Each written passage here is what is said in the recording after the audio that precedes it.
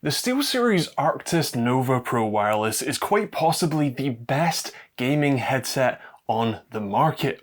It commands a high-end price that many would rightfully scoff at and audiophiles would lose their minds over, but if pristine audio quality isn't your absolute highest priority, you're in for one stunning package with these. They really do almost everything right. Let me explain. The Nova Pro Wireless has a lot of tricks up its sleeve, starting with what's under these slightly annoying magnetic covers. Yeah, you're seeing that right, a removable battery. This makes so much sense, yet so few offer it. Now, a single removable battery isn't all that useful in and of itself, which is why Steelseries includes a second battery with the headset, and why there's a battery-shaped hole in the side of the base station. Just push it in and clip it down, and if by magic you have a spare battery that will start charging as long as either of the USB-C connections are connected. Then you can just swap between the batteries in a few seconds and be back in the gate. It's amazing. I mean, what's even more amazing is that you can actually buy these replacement batteries from Steelseries for a pretty reasonable £18 for two of them. How great is that? Now, you might have heard me just say two USB-C inputs, and yeah, you'd be right, there is two. There's actually a line in and line out back here as well, but at least one of the USB-C connections need to be connected for the base station to power on. The idea here is that you'd have your, PC connected to one of them and say your PlayStation or Nintendo Switch or even another system connected to the other. And then you can switch between them either with this rather nice premium feeling dial on the base station or just with the volume slider on the headset. Of course, if you want to connect this via a cable instead, there's a 4-pole cable included in the box. And as if that wasn't enough connectivity, the headset also supports Bluetooth. But not just like Bluetooth to the box and then the proprietary wireless to the headset. No, the headset itself is what connects to your phone or device.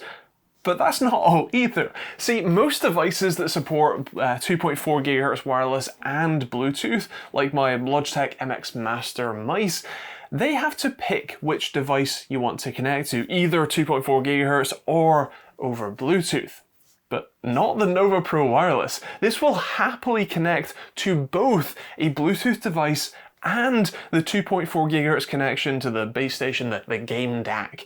That means that you can be chatting to your friends on Discord or WhatsApp via your phone while still playing your game on your PC, Switch, PlayStation, or anything else, all while still hearing in-game audio and audio from your phone or your whatever you want to communicate with.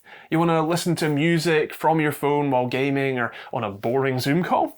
No problem.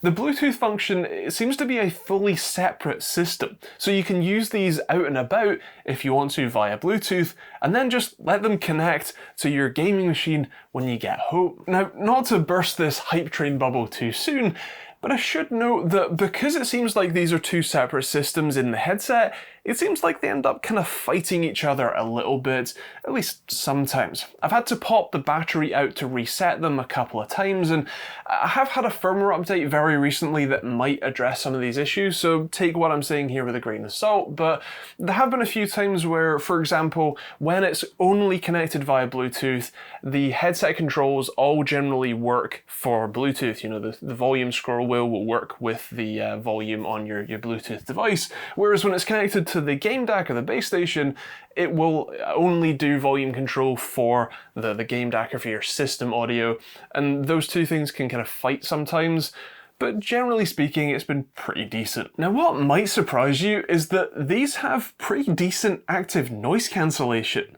They have two microphones on the top of each ear cup to capture the outside noise, which then gets cancelled out. Now, it isn't quite as good as you might find from someone like Sony or Apple, but it's certainly good enough for regular use. When you add the active noise cancellation and the Bluetooth support together, you start to realize that these aren't just a pair of gaming headphones or a gaming headset SteelSeries wants you to use these as your traveling headphones as well as your gaming headset.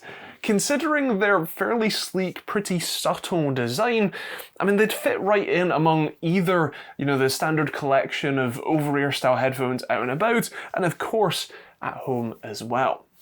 Add to that things like the removable batteries, and it sure looks like this is one hell of a headset. Of course, all of that functionality is somewhat moot if the headset sucks, but I'm happy to say that generally speaking, it doesn't. Now, to set your expectations properly, you shouldn't be comparing this to a £300 pair of what you might call proper headphones like Sony's WH-1000s. If you compare this to other gaming headsets though, it's pretty good. You have options for equalizer profiles on the base station and in the software. The base station they call the game DAC. I like calling it a base station, it sounds a bit easier. Including a full custom EQ profile. I found that the flat profile was, well, a little flat. The smiley profile generally sounded better for music, although it made speech difficult to listen to on YouTube videos like this. The bass boost mode did sound a little better, a little more punchy for heavier music in games, although I mostly ended up just leaving it on flat, as that ended up being the best all-rounder. To, you might say, less discerning ears, these sound great, but they are far from audiophile great. For gaming, I found them to be a pretty great fit. They've got the right balance of bass and treble to mix things like gunshots and footsteps together without sounding too harsh. Even without sort of fake 3D software, they had pretty great directionality and were, I'd say, a pretty helpful companion while gaming. Of course, one of the more important parts of a gaming headset is the microphone, and well, you're hearing what that sounds like. To me, it's fine. It's not the best quality that I've ever heard, even from a gaming headset, let alone just microphones in general, but it's still clear enough. It still very much has that compressed tin can feel. But I think, for a gaming headset, or even for a general headset, it's still not that bad. I think the only weird thing might be if you do try and take calls with this while you're out and about, which you can do, this does act as a full Bluetooth headset, it might be a little strange to pull out your microphone to be chatting with someone and then, pop it back away again. I don't know how I'd feel about that one myself, but, the option is there if you want it. One of the other determining factors in what gaming headset to buy is comfort. Now, I can't tell you if this will be comfortable on your head, but what I can tell you is about the design and my own experiences, and I can let you infer from that. The Nova Pro Wireless has a decent amount of adjustment. Each ear cup slides out from the headband for overall head size adjustment, and SteelSeries kind of always uses this ski goggle style band as a cushion, and it works pretty well. You can even adjust that in and out a bit for extra tightness or a bit more room. The cups themselves both swivel to match your head or just lay flat when you don't want to have them on, and they tilt at least a little bit. The cups are relatively small for over-ears. They do still fit over my ears, but not all that well, not all that comfortably. I'm 6 foot and have a rather big head both in ego and physically, so you can sort of base your sizing on that. The outer edge of my ears tends to rub on the inside of the ear cups, which was a little irritating for me personally. I also found that the clamping pressure was just a little too tight for my liking, but the ski goggle band adjustment did help at least a little with that, and of course wearing them in a bit generally always helps too. The ear cup cushions themselves are vinyl all around, which I'm sure will disintegrate in time like every other vinyl thing I've ever had. They do have ample padding beneath them though, and do a remarkably good job at cutting out all of the sound around you before even thinking about needing active noise cancellation. The good news is that these ear cups, you can buy replacements from SteelSeries as well, which means that you can expect this thing to actually last a fairly long time. A novel concept, I know. That's not something that many headsets can offer, and with the generally pretty premium feeling build quality, I would imagine that these would hold out for years to come. Of course, when connected to a PC, you'll be prompted to install the SteelSeries Engine software. Surprisingly, that doesn't give you much more functionality than what you'll find on the on-screen or the built-in display and menu system. The only extra feature I found was the option to do something with Bluetooth. When you have a Bluetooth call, you can have the headset mute or lower your sort of in-game system audio while on the Bluetooth call, or do nothing. And I think that's a really cool feature. On the whole then, I would say that the Nova Pro Wireless is one interesting bit of kit. The fact that it can quite comfortably have dual purposes without looking out of place doing either is pretty compelling. It isn't the absolute best sounding headset, both listening and talking, but I'd still say that it's above average in the gaming headset market at least.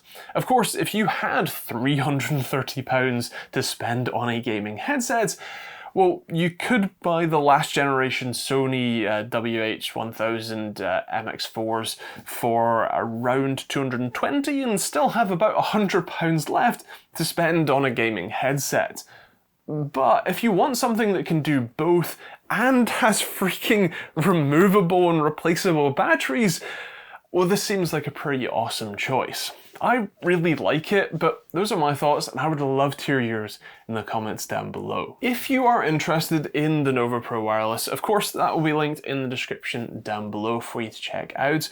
If you want to see more videos like this one, I do actually have another Arctis, I think it's the Arctis Nova Pro non-wireless review coming out soon, so do check out the subscribe button and turn on the bell notification icon. And if you're interested in seeing plenty more videos, there are plenty already up on the end cards. If you want to support the channel, you can do so through YouTube, Patreon, pick up a hoodie or t-shirt like this one, or a load of the ones that I designed myself. And there's also places like osrtt.com if you're interested in picking up an open source response time tool, or even soon to be an open source latency testing tool as well. Otherwise, that's pretty much it. Thanks for watching, hope you enjoyed it. We'll see you on the next video.